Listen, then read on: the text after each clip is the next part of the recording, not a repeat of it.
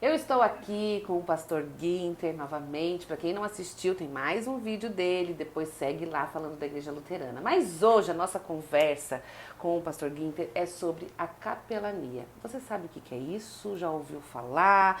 Ele vai explicar tudinho pra gente. Mas antes eu quero dizer o currículo deste homem aí que tem a graduação em teologia, me corrija se eu estiver errada, pós-graduação em cuidados paliativos, pós-graduação em capelania e agora ele está fazendo o mestrado em bioética. Isso. Começa já explicando pra gente o que é bioética, porque talvez algumas pessoas não conhecem essa palavra aí. A bioética, né? A bioética, ela trabalha a ética da vida, né? Então, tudo aquilo que inclui a parte ética, a parte que traz o sentido de vida, né? Ela trabalha todas essas questões assim. Dentro do mestrado a gente trabalha, as matérias são bem diversas. E começa, o mestrado que eu estou fazendo é por uma faculdade lá da Espanha, né?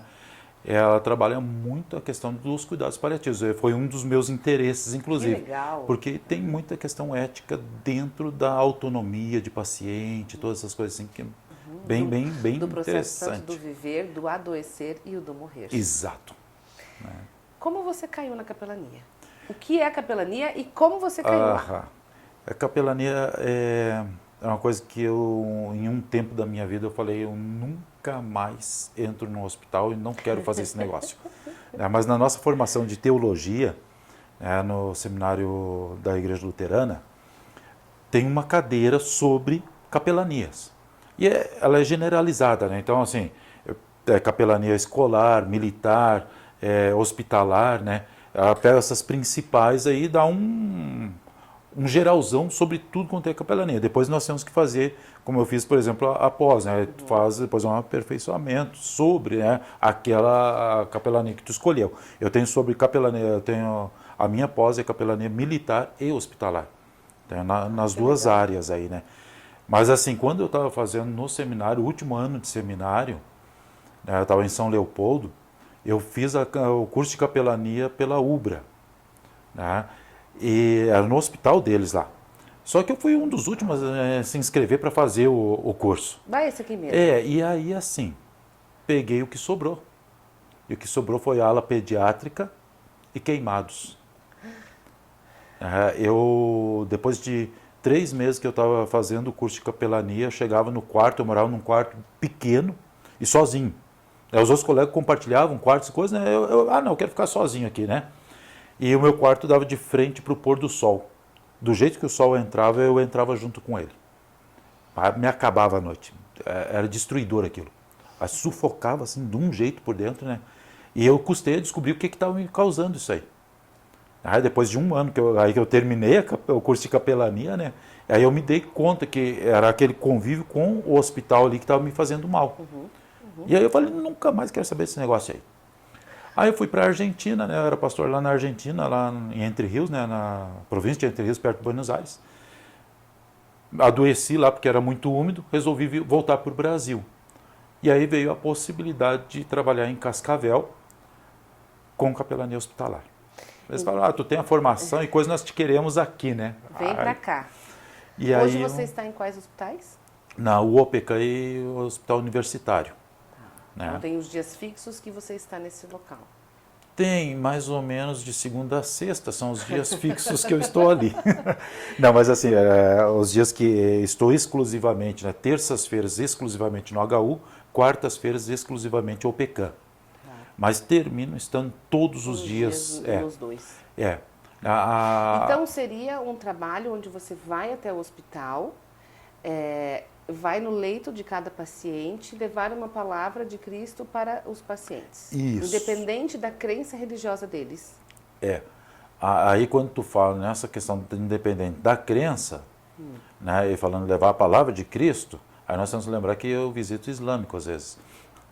Aí, né? Então assim, né, a capelania, ela vem do acolhimento. A palavra capelania, ela vem do cuidado para com, né? Quase que nem cuidados paliativos, né? Que vem do palio, né? Que é um cuidado, mais ou menos é uma por proteção. ali. Então, ela vem, né, daquele cuidado. Isso vai surgir lá em 1700, né, com um rei francês. Na guerra, ele viu que os soldados estavam desistindo da guerra, né, por questões de conflitos, né, dentro deles. Então, o que ele faz? Ele manda um sacerdote dentro de uma barraquinha para o soldado ir lá se confessar e conversar com aquele sacerdote. Né? E aí que surge o termo capelania, porque tinha capelinha. Né? O guardião da capela era o capelão, né? O capelão, né? E aí vem toda a história aí de capelania, mas vem da guerra do cuidado com o soldado. E aí, quando nós trazemos para dentro do hospital, é o cuidado com o paciente. O estar ali com o paciente, acompanhar esse paciente. Aonde que se diferencia o trabalho de capelania com psicologia? Aí que talvez dá para a gente entender um pouquinho mais, né?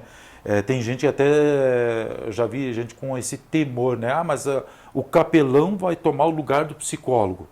Não toma. Pois são duas áreas. Em alguns momentos bem diferentes, não, parecidas porque estão lidando com a dor. Exato, em alguns lugares andam de mão dadas, vamos dizer assim, né?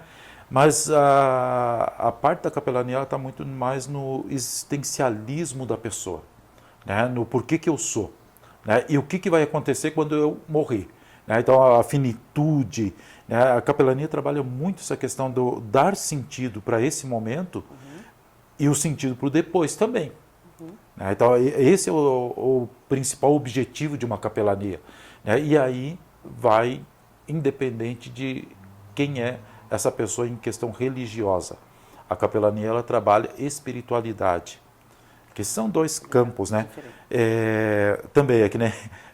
Aí também vão se entrelaçar alguns momentos, mas assim, religiosidade vai trazer toda a questão de dogmas, de tem que ser desse jeito, tem que fazer daquele jeito, né? Isso pode, isso não pode. Isso são crenças, são dogmas religiosos. Né? Cada denominação tem as suas regras. Né? A espiritualidade ela não vai olhar para essas coisas. Ela vai olhar o que faz ter sentido. Né? O que tem sentido para eu continuar sendo. Né? E é nisso que nós procuramos chegar em questão de capelania. Por isso que tu falou antes ali, até é bastante importante enfatizar. Né? A capelania ela não trabalha assim, vamos fazer, chega o OPK, por exemplo, ou o HU, né? Dependendo do lugar ali, tu chega assim, a enfermaria tem 4 leitos, 5 leitos. Eu poderia apurar um pouquinho o meu trabalho, né, para não ficar muito tempo em pé. Chego na porta, dou a bênção para todo mundo e vou embora. Fiz o meu trabalho. Né? Mas a capelania ela tem uma outra finalidade, do escutar ativo. E como que eu vou escutar ativo se eu ficar lá na porta? Se eu falar para todos os 5, eu preciso escutar Exato. no leito de cada um. É cada dor. Cada dor, cada vida, cada existência, cada alegria. Então é um por um. A gente vai, é pessoal ali, né? E isso é uma coisa que eu aprendi muito com o meu professor em capelania, o reverendo Mário Zonta. Ele fez curso de capelania, eu não quero estar enganado, mas é para ser nos Estados Unidos. Ele vem com uma visão bem diferenciada. Elizabeth Kübler-Ross. Ela trabalhou com os luteranos. Se pegar o livro O Morrer, A Morte e o Morrer, sobre a morte e morrer. Sobre a morte e morrer, tem um capítulo todo que ela fala dos seminaristas luteranos lá. Elizabeth Kübler-Ross, ela foi a médica que falou sobre as fases do luto. E, na verdade, ela trouxe isso como as fases da terminalidade. Ela trouxe como os pacientes, quando recebem uma doença que tem uma morte anunciada, uma possibilidade de finitude, como ela foi percebendo que alguns comportamentos destas pessoas eram muito parecidos. E foi então aí que ela começou a estudar sobre os comportamentos das pessoas que adoeciam com doenças graves e nesse processo da terminalidade. Depois, como não se tinha muitos estudos para pessoas enlutadas, então que o modo geral, a cultura, a ciência, enfim, começou a utilizar muito esse movimento das fases do luto, até porque percebiam que as pessoas, o paciente ele ia passando por alguns processos semelhantes aí, né, a raiva, a depressão, a barganha, enfim. E aí começaram a perceber que depois que a pessoa morre, os familiares também tinham características semelhantes. Por isso que as fases do luto tomam uma proporção mundial tão grande. Hoje a gente sabe que sim, são fases importantes de se olhar, mas elas se aplicam muito mais dentro das doenças, dentro dos hospitais, Exato. do que para as pessoas enlutadas depois que perderam alguém. É. Aí a gente já fala de outras culturas, de outras questões, apesar de até hoje, e ainda muito forte, os profissionais falam muito das fases do luto, porque muitas vezes não estudam. E os pacientes já chegam falando, né? Ah, ó, eu tô na fase tal, eu não sei quando que eu vou para a próxima fase. Eu falo assim, esquece esse treco de fase aí, Né? porque não é bem assim que funciona. A gente não é uma escadinha que só vai, né? A gente vai e volta, enfim, são várias emoções diferentes. Aí chega na última lá, mas não passou pela penúltima, Mas não tem que passei pela penúltima, voltar. tem que voltar, enfim. Então é uma bagunça, né? Bem isso. E o reverendo Mário Zonta, ele faz essa formação dentro daquelas perspectivas lá. Né? E aí tem uma das visitas que eu fiz, porque nós tínhamos que, era bem rigoroso o curso que nós fizemos com ele, né? Ele mandaram a gente fazer as visitas, nós íamos fazer as visitas, depois nós tínhamos que voltar para conversar com ele individualmente. Sobre cada Aluno por aluno, E aí tu falava, eu visitei fulano, fulano e fulano. E aí tu tinha que dizer, eu falei tal coisa, ele disse tal coisa, e eu tinha que relatar a conversa inteira. Eu tinha uma raiva de fazer isso, que, né, eu não conseguia lembrar o que a pessoa tinha falado, sabe? Mas ele falou assim, tem que colocar tudo, né? E aí uma vez ele chegou para mim, né, ele deu uma aula sobre o estar centrado no paciente, e não na doença do paciente, na pessoa. Né? E ele sempre falava assim, é olho no olho. É ali que tu vai conversar, ali que tu vai entender a pessoa. Tá bom, né? A teoria ela é excelente, maravilhosa, funciona super bem, né? E aí Fácil, ele falou, fácil. sim, facinho, né? Ele falou para mim, vai ali naquele quarto, ele faz uma visita, ele tem o seu José. Né? O seu José é amputado de membro inferior, né? Perna, né? Tal, perna direita, né? Amputada e tal. Não olha para a perna dele. Porque assim, todo mundo que entra ali fala dessa perna, então ele está muito chateado com isso aí. Eu quero que tu converse com ele, né? Ver sobre o que ele quer conversar e tal, bem a abordagem de capelania mesmo, né? Que o ouvir ativo traz exatamente isso, não é o que eu quero falar para ti, mas sobre o que nós vamos conversar, me diz, né? E espera a pessoa trazer isso aí, né? E eu conversando com o seu José e tal, me concentrando ao máximo ali no seu José, de repente o seu José mexe as pernas, né? As pernas. Eu só dei uma olhadinha de rabo de olho assim, né? Opa! Como assim? Eu vi falar da dor fantasma da perna, mas nunca uma perna fantasma, né? Aí eu fiquei, tá bom, né? Voltei para fazer meu relatório, fiz o relatório e no final eu falei para o professor, professor, só o seu José que está ali talvez não seja o seu José que o senhor me falou. O nome é igual. Ele, mas por que tu acha que não é ele? Eu falei, porque esse tem as duas pernas. E ele falou, e tu olhou onde não era para olhar. Né? É centrado na pessoa e não na doença, né? Toma essa. Né? Aprenda agora, né? Mas assim, né? A capelania ela tem essa questão do ouvir ativo realmente nisso, né? Tu olhar para a pessoa, para a existência da pessoa e deixar ela trazer. A espiritualidade é isso aí. Deixa ela trazer o que é importante para ela, o que faz diferença na vida dela. Né? É dentro disso que aí nós trabalhamos. E os pacientes dentro do hospital, então, que você vai lá fazendo a visita, eles recebem bem? Alguns são mais resistentes, alguns querem falar, alguns não querem falar. Qual é o maior, assim, o que acontece com mais frequência? Porque nós estamos falando de diversas patologias que levam uma pessoa até um hospital. Né? E a gente tem dentro dos hospitais as alas que são diferentes, enfim. E a gente sabe que tem o paciente, a dor, de um modo geral, Sim. Ela faz com que a gente tenha comportamentos muito diferentes que sem dor a gente às vezes não teria. Então, como eles recebem isso? Há uma preparação da equipe médica, da enfermagem? Não há uma preparação? Você chega para todos ou você só vai naqueles que te chamam? Como que é isso hoje? Assim, ó, a capelania em si, ela trabalha para atendendo todo o paciente. Né? A gente tenta atender todos, né? Nem sempre conseguimos. Sempre temos hoje uma equipe que trabalha junto também, né? São os visitadores, né? Depois até da gente falar um pouco sobre isso, que eles têm um curso que eles têm que fazer e tudo mais. Né? Mas assim, geralmente a gente pede para que a equipe explique, ó, tem um capelão aqui, ele atende. Mas algumas vezes eu chego no hospital e o próprio funcionário pergunta, mas quem que tu é? Né? Porque mudam muitos funcionários, né? Então isso termina não acontecendo com uma frequência muito grande de explicarem que existe. Mas assim, na grande maioria, quando nós chegamos nos quartos, eles nos recebem bem. Eu acredito que dá de contar nos dedos, às vezes, que que foi falando, não quero. Né? Que aí vem aquela barreira religiosa, né? Ah, eu acho que tu não é da mesma religião que eu, então eu não quero que tu fale comigo. Né? Então, assim, mas raríssimas vezes. Né? A maioria das vezes as pessoas recebem bem. Claro, aí vem um outro detalhe que eu acho que é muito importante, a questão de abordagem. Como eu chego? O como, né? Se tu chegar ali já abrindo Bíblia, talvez vá dar errado. A gente sempre chega, eu me apresento, falo, eu sou o capelão aqui do hospital, meu nome é Guinter, né? Estou passando por aqui, pelos quartos, né? E queria conversar um pouquinho contigo. Queria saber como que tu está hoje. Essa é a pergunta também, né, de abordagem que eu insisto muito com os nossos visitadores, né? Nunca pergunto se a pessoa está bem, porque tu está induzindo ela a falar que está bem, né? Está tudo então, bem? Não, se estivesse tudo bem, eu estava em casa, não estava no hospital. Né? Eu sempre falo, tem duas possibilidades. Uma é a resposta direta, outro a pessoa vai falar que está bem, porque tu induziu ela a falar que está bem. Né? Até porque já é um conceito tradicional. Oi, tudo bem? Tudo bem. Né? E a gente tem que dentro do hospital a gente tem que quebrar isso aí. Né? E até para abrir o diálogo. Né? A questão de como tu pergunta abre diálogo. Então, assim, como que tu está, ou melhor ainda, como que tu está se sentindo hoje? Hoje. Porque aí, quando me pergunta isso, eu vou ter que pensar como que eu estava ontem, como que eu estava anteontem para te responder. E aí eu faço os parâmetros de resposta. Né? E aí abre diálogo, né? A gente também faz esse movimento com os pacientes enlutados, porque acho que isso é uma coisa bem importante, né? Como você está hoje.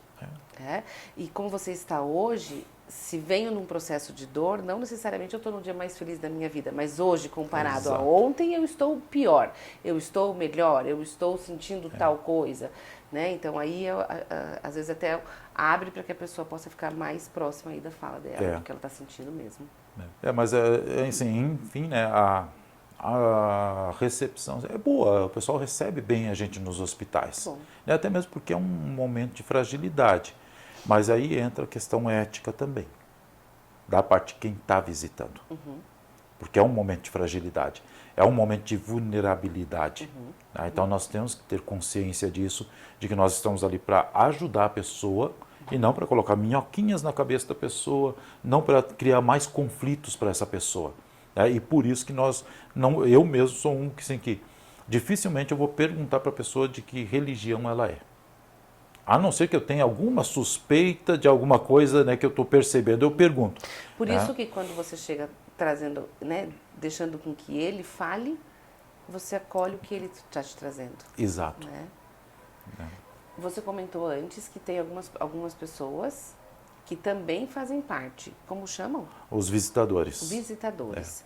Que são pessoas também que fazem toda uma formação em capelania para poder estar fazendo esse processo. Isso.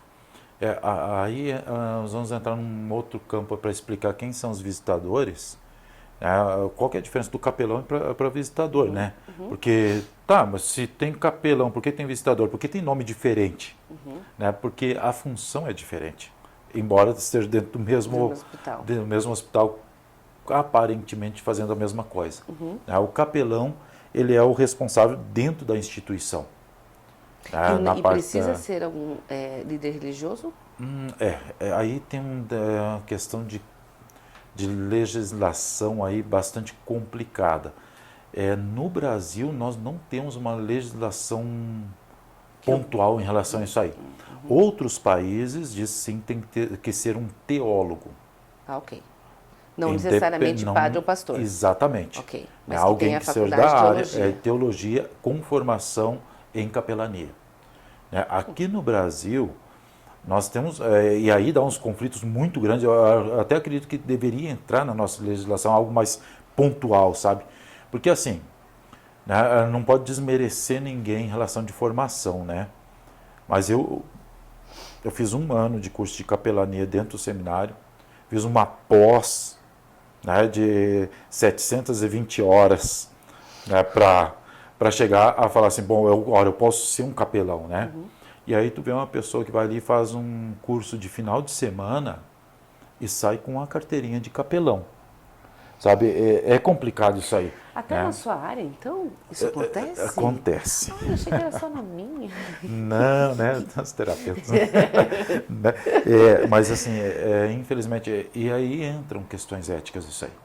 Claro. Né? Porque assim, é uma questão de formação. Né? Em um final de semana, eu não consigo perceber o tudo que é um trabalho de capelania. Né? Mas eu tenho uma credencial. Né? E aí é outro problema com a nossa Constituição. A nossa Constituição, se nós olharmos, ela diz e não diz as coisas em relação a essas visitas dentro de hospitais e instituições. Né? Pega lá o artigo 5 da Constituição. A primeira parte está escrito que, né, toda instituição de internamento, né, deve receber, né, alguém que vem fazer uma visita religiosa. Né? Não é nessas palavras, mas é isso que diz. Né? Só que tem um segundo artigo que todo mundo deixa do ladinho e ninguém fala dele, que é o mais importante. Tem que se adequar às regras da instituição. Né? E outra coisa, esse artigo aí, ele não é para a minha pessoa que está indo fazer a visita com uma carteirinha de pastor. Não é para mim isso aí. É para o paciente. É o paciente que tem o direito de receber a visita. Né? Não é eu que tenho o direito de ir fazer a visita. Por outro lado, eu poderia dizer, eu tenho o dever de fazer a visita se ele quer a minha visita. Sim. Mas ele pode não querer a minha visita. E eu vou lá impor a minha visita. Então, assim, é um assunto longo esse aí. Mas voltando para a pergunta, para o visitador. O visitador, nós damos cursos continuados, são 12 aulas. Então, nas 3 primeiras aulas, nós habilitamos eles para entrarem no hospital. Quando tem vaga. Que isso é uma coisa que tem alguns que não entendem, né? Que eu falo assim, se tiver vaga, vem, faz o curso. Se tiver vaga, tu entra. Se não tiver vaga, quando surgir vaga, tu está na lista. Então, eu sei que tu está habilitado. Né? Mas são as 3 primeiras, que nós vamos falar sobre ouvir ativo, vamos falar sobre resiliência e sobre respondendo aos sentimentos. Que é a minha ação dentro do hospital para que eu entenda também que algumas vezes eu vou me deparar com coisas dentro do hospital que vai me atingir. Vai me machucar. Então, eu tenho que saber responder aos sentimentos. Né? E eu tenho que saber entender aquele sentimento da pessoa. O que é meu e o que é do outro. Então, o visitador é esse que faz parece esse curso simples, aí. Né? Parece simples. Assim. Né? Às vezes pode dar ruim, né? Às vezes dá ruim. Qual foi a coisa em relação a isso? Assim, tipo, o seu eu junto com o seu trabalho. Quais são os riscos? Você tem risco de doença, porque nós estamos dentro de um hospital, e você está muito próximo de cada paciente. E aí a gente tem bactérias, a gente tem vírus, a gente tem várias coisas, né, que estão circulando. Então a sua saúde também precisa estar bem, porque se você não estiver bem de saúde, você não pode estar lá, até porque você pode transmitir algo para aquelas pessoas que estão com uma imunidade muito baixa. Você já adoeceu por conta do seu trabalho, fisicamente falando? Fisicamente... Pensar se nós vamos falar de meses ou de anos. Ou de semanas? Semanas. Sim, já adoeci. Inclusive, eu estou em recuperação agora, de um tempo aí onde eu extrapolei um pouquinho, né, por questão do acidente que nós tivemos, que faleceram 2 médicas nossas. Sim. Uma delas que trabalhava diretamente na mesma equipe que eu, que é de cuidados paliativos. Então, nós tínhamos uma proximidade muito grande. E eu terminei ficando muito tempo dentro do hospital para ajudar os outros profissionais dentro do hospital e coisa. Né? E isso me trouxe uma consequência bem grande, que a minha imunidade baixou muito, muito mesmo. Eu fazia muitos anos que eu não sabia o que era bronquite. Eu estou atacado a bronquite direto agora. Então, assim, o físico, ele pega, assim, muitas vezes. Eu passei por 5 Covids. Ela também fazia parte da sua história. Sim. Né? Sim. Então eu acolho o outro, né? E às vezes não É. acolho a mim, e aí por isso eu às vezes adoeço. Eu não olho o próprio luto muitas vezes, né? Passei por 5 Covids e também isso debilita muito, né? Então assim, eu busco ter esse cuidado, às vezes a gente esquece de se cuidar, né? Mas eu procuro, né, ter. Como que eu faço isso? Eu pratico Kung Fu, sou chefe escoteiro, né, faço natação, né, nas horas que eu consigo, né, eu faço essas coisas exatamente para ter aquela válvula de escape. Porque se eu não tiver a válvula de escape, eu adoeço Muito fácil. Psicologicamente e né, física, consequentemente o físico, né? Vai ter, teve épocas em que eu tinha muita dor no corpo.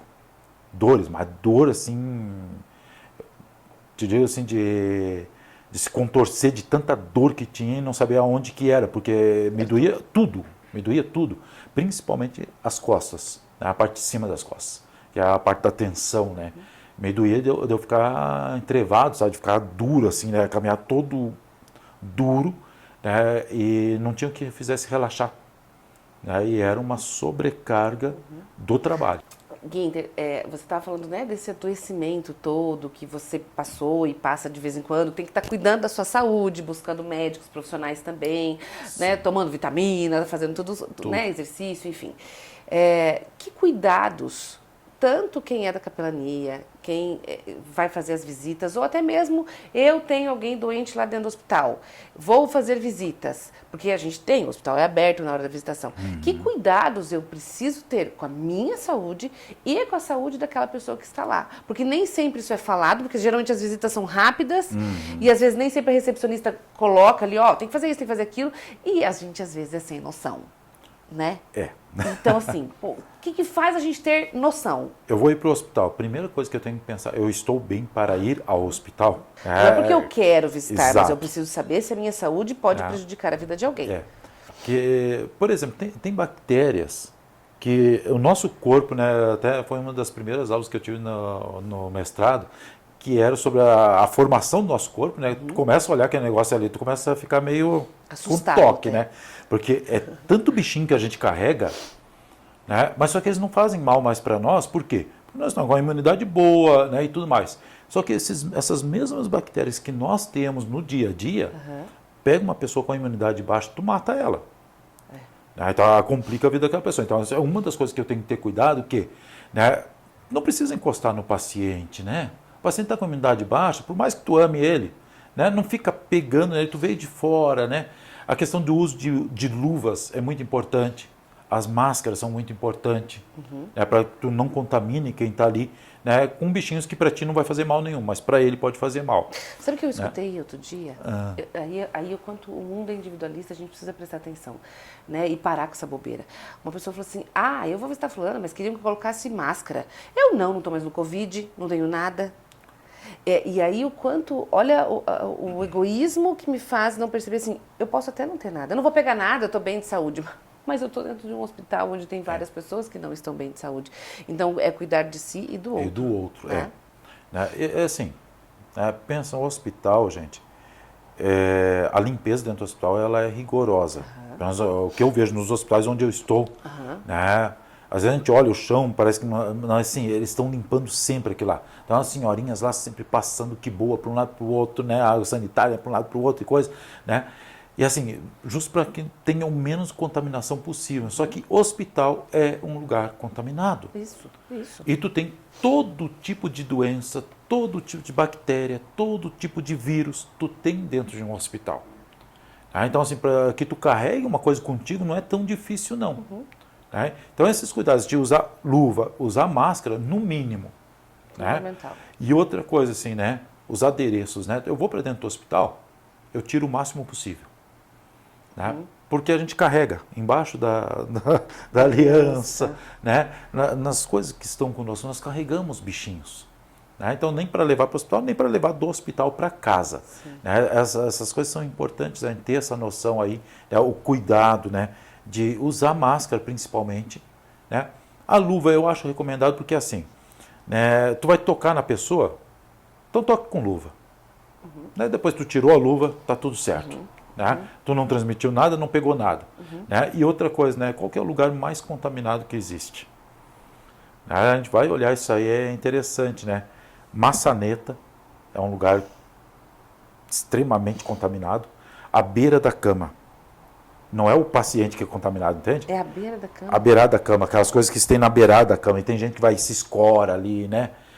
Uma coisa também que eu acho assim, muito sem noção, às vezes eu vejo dentro do hospital e fico doido com isso. Né? A cama de hospital, é para paciente. Sempre tem, vira sofá, porque a gente já vai, senta do ladinho, já conta com os pacientes. Né? Já vai se apoiando, vai deitando a cama ali, né? Não, é para paciente aquilo ali. Né? Então, assim, né? Não se encosta na cama do paciente, é dele, né? Deixa para ele. Então, assim, bomba infusora, as beiradas de leitos, são lugares que são muito contaminados. E são lugares que nós devemos evitar de estar tocando, né? Conversa com a pessoa numa distância ali, até mesmo porque tu vai conversar com o paciente, esse é o lugar de ficar em relação ao paciente que está deitado, né? Tem que ter um pouquinho de noção disso aí. Se tu ficar muito na altura da cabeça do paciente, o paciente tem que ficar assim olhando para ti. E às vezes ele pode estar com acesso aqui. Pronto. Né? Dói, já incomoda, né? E ele quer olhar para ti e não consegue. Né? O ideal é, na altura da cintura, meio metro para o lado da cama. Tá? A cama está aqui, meio metro para cá. Né? Na altura da cintura, a pessoa te enxerga aqui, ó. Ela te enxerga perfeitamente aqui assim. Tá? Então, e aí tu vê que é meio metro, tu não vai encostar em nada em meio metro. Tá? Isso aí seria o básico para uma visita bem realizada. Todo mundo aprendeu? Né? Isso vale também para as mães, né? Que ganham bebê, aí o povo quer ir lá levar um monte de criança para ver, pegar no colo. Não, gente, não, o bebê, né? Não dá. Enfim, e eu queria, para a gente acabar, que você contasse alguma história para nós, assim, algo que aconteceu, que talvez tenha sido engraçado, apesar de estarmos falando de um hospital, de doenças, ou assim, difícil, enfim, difícil, acho que tem 1 milhão de histórias difíceis, né? Mas algo que talvez seja leve, algo que você passou, enfim, que poderia dividir com a gente. Histórias que são um pouco mais complicadas, não digo difíceis, mas que mexem com a gente. Como eu estou dentro da equipe de cuidados paliativos, nós passamos muito tempo com os pacientes. Assim, tem pacientes ali que eu acompanhei do internamento ao falecimento. Até o paciente que a família pediu para eu fazer o sepultamento. Então eu peguei todo o período, né? Então, assim, mexe com a gente, porque tu termina criando uma afinidade com a pessoa, né? Mesmo que tu sabe que vai chegar aquele momento ali, mas é um luto que tu passa, que não tem como não passar por ele, né?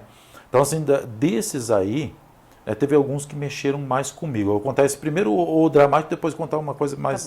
Né? Mas, assim, teve uma de uma menina muito parecida com a minha filha, com a maior, que é ruiva, né?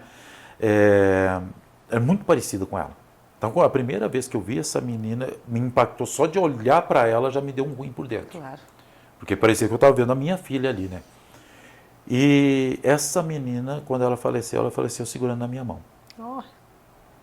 E isso mexe comigo até hoje. E ainda parecida com a filha? Né? Como que não vai mexer? Ela, toda vez que a gente ia fazer oração, ela pedia para eu segurar a mão dela. Então ficava eu, o pai, a mãe e ela, né? E nós fazíamos assim, ela deitada no leito, né? E ela estava bem malzinha aquele dia, né? Eu peguei na mão dela e de repente, quando estava no meio da oração, eu senti a mão dela frouxar. Aí eu falei só mais um pouquinho, falei o amém ali, vamos acabar aqui. Olhei para os pais e abracei eles. E chorei junto. Chorei junto, porque ali eu não aguentei. Né? E aí eu digo uma coisa assim, né? O não chorar não faz eu forte. Claro que não. O chorar me faz ser humano e as pessoas que estão ali me percebem como ser humano, como eles. Por isso que a gente chora junto. Como que a gente não chora junto? E eu acho isso tão legal, porque a gente é humano, né? As pessoas às vezes perguntam assim, mas você chora junto? A maioria das vezes não. Né? A maioria das vezes não. Mas existem algumas situações que, principalmente a que a gente tem vínculo. Né?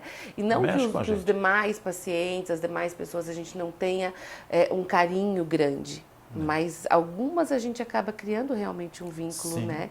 E que é muito dos dois lados realmente, né? Então por isso que às vezes mexe. Teve um rapaz também, que aquele ali também, lidar com ele, sabe, todas as etapas dele, assim, ele era campeão brasileiro de basquete. Né, dos Paralímpicos, né? Ele era cadeirante. Né? Nossa, eu nunca tinha visto falar daquele menino, sabe? Aqui de Cascavel, nós tínhamos um campeão brasileiro de basquete aqui de Cascavel, gente. Né? E não sabia da existência do menino até o dia que eu vi ele lá no hospital.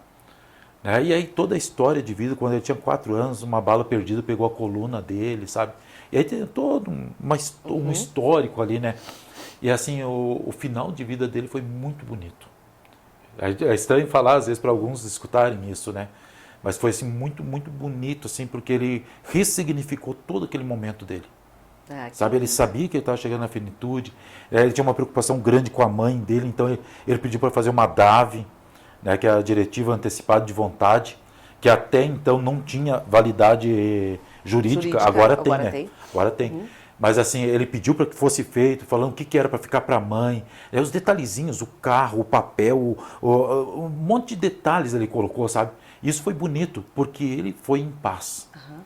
Teve um paciente também que nós trabalhamos assim, que era bruto, que é uma coisa louca. E era tudo para ser aquele paciente difícil de lidar com ele, né? E esse paciente, ele fez uma coisa que eu não vi nenhum outro paciente fazer. Ele estava já ficando bem fraquinho, foram 3 dias antes dele falecer. Ele chamou todo mundo no quarto dele. E aí o pessoal já vai tudo com o cabelo em pé, né? O que ele quer. O que aconteceu, né? Ele falou, eu quero médico, quero enfermeiro, quero técnico, quero a senhorinha que limpa o chão aqui, né? E aí o pessoal já foi tudo preocupado. Aí quando nós chegamos lá, ele falou assim, eu chamei todos vocês aqui, eu estou feliz por vocês estarem aqui e eu quero agradecer a vocês. Quero agradecer porque vocês cuidaram de mim, estão cuidando da minha esposa, né? E eu estou fazendo isso hoje porque eu acho que amanhã eu não vou conseguir mais fazer. Ah, que lindo. Foi... Assim, emocionou todo mundo, tivemos que pegar o pano para secar o chão, né, coisa. Mas foi assim, muito bonito, sabe?